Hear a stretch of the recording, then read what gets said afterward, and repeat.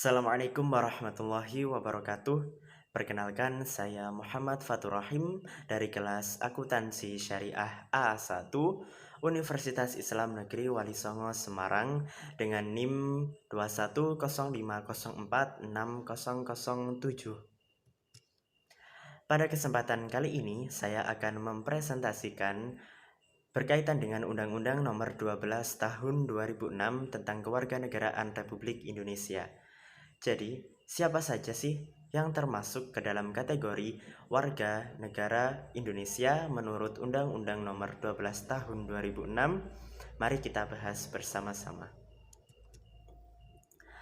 Di dalam pasal 4 nomor 12 tahun 2006 terdapat 13 kategori yang dapat disebut sebagai warga negara Indonesia.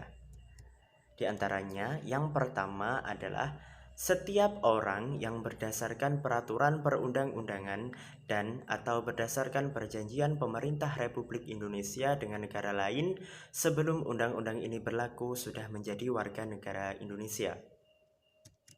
Kategori yang kedua menurut Undang-Undang Nomor 12 Tahun 2006 adalah anak yang lahir dari perkawinan yang sah dari seorang ayah dan ibu warga negara Indonesia. Saya mengambil contoh yaitu diri saya sendiri. Ayah saya dan juga ibu saya merupakan warga negara Indonesia asli dan mereka berdua berasal dari Jawa Timur semua. Di kategori yang ketiga ada anak yang lahir dari perkawinan yang sah dari seorang ayah warga negara Indonesia dan ibu warga negara asing. Saya mengambil contoh seorang public figure dari Indonesia bernama Ari Wibowo. Jadi ayah Ari Wibowo ini adalah orang Jawa asli dengan kewarganegaraan Indonesia dan ibunya warga negara Jerman. Di kategori yang keempat ada anak yang lahir dari perkawinan yang sah dari seorang ayah warga negara asing dan ibu warga negara Indonesia. Saya juga mengambil contoh dari public figure dari Indonesia yaitu Cinta Laura. Jadi ayah Cinta Laura ini warga negara Jerman dan ibunya warga negara Indonesia. Jadi Cinta Laura juga masuk ke dalam kategori warga negara Indonesia. Yang kelima, yaitu anak yang lahir dari perkawinan yang sah dari seorang ibu warga negara Indonesia, tetapi ayahnya tidak mempunyai kewarganegaraan atau hukum negara asal ayahnya tidak memberi kewarganegaraan kepada anak tersebut. Contohnya, ada seorang anak bernama Rima, ibunya itu warga negara Indonesia, tetapi ayahnya tidak memiliki kewarganegaraan. Jadi Rima ini tetap termasuk ke dalam warga negara Indonesia seperti itu. Di kategori yang keenam ada anak yang lahir dalam tenggang waktu 300 hari setelah ayahnya meninggal dunia dari perkawinan yang sah dan ayahnya adalah seorang warga negara Indonesia. Saya mengambil contoh yaitu Jud Ali Jabir. Dia adalah anak dari Syekh Ali Jabir almarhum. Jadi Jud Ali Jabir ini lahir pada tanggal 1 Juli 2021, sedangkan Syekh Ali Jabir wafat pada tanggal 14 Januari 2021. Perlu diketahui bahwa Syekh Ali Jabir ini sudah berpindah kewarganegaraan menjadi warga negara Indonesia. Jadi ketika Jud Ali Jabir lahir, maka ia juga termasuk ke dalam warga negara Indonesia. Yang ketujuh, ada anak yang lahir di luar perkawinan yang sah dari seorang ibu warga negara Indonesia. Jadi anaknya nanti tetap termasuk ke dalam warga negara Indonesia.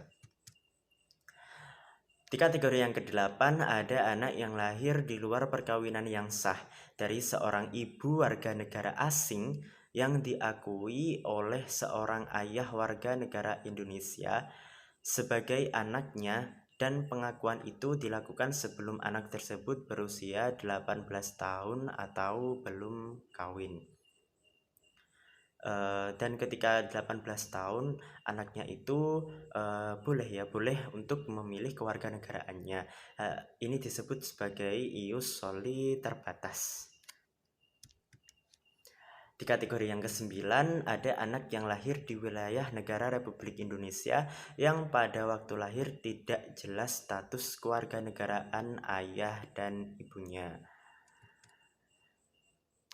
Di kategori nomor 10 yaitu anak yang baru lahir yang ditemukan di wilayah negara Republik Indonesia selama ayah dan ibunya tidak diketahui.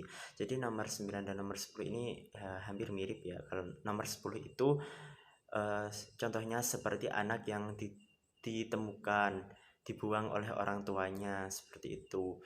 Ya ditemukan di Indonesia, jadi ia dapat dikategorikan sebagai warga negara Indonesia.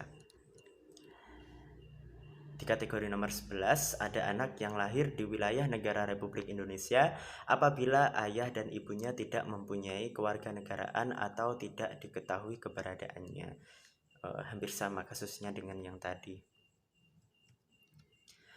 Di kategori selanjutnya nomor 12 yaitu anak yang dilahirkan di luar wilayah negara Republik Indonesia dari seorang ayah dan ibu warga negara Indonesia yang karena ketentuan dari negara tempat anak tersebut dilahirkan memberikan kewarganegaraan kepada anak yang bersangkutan.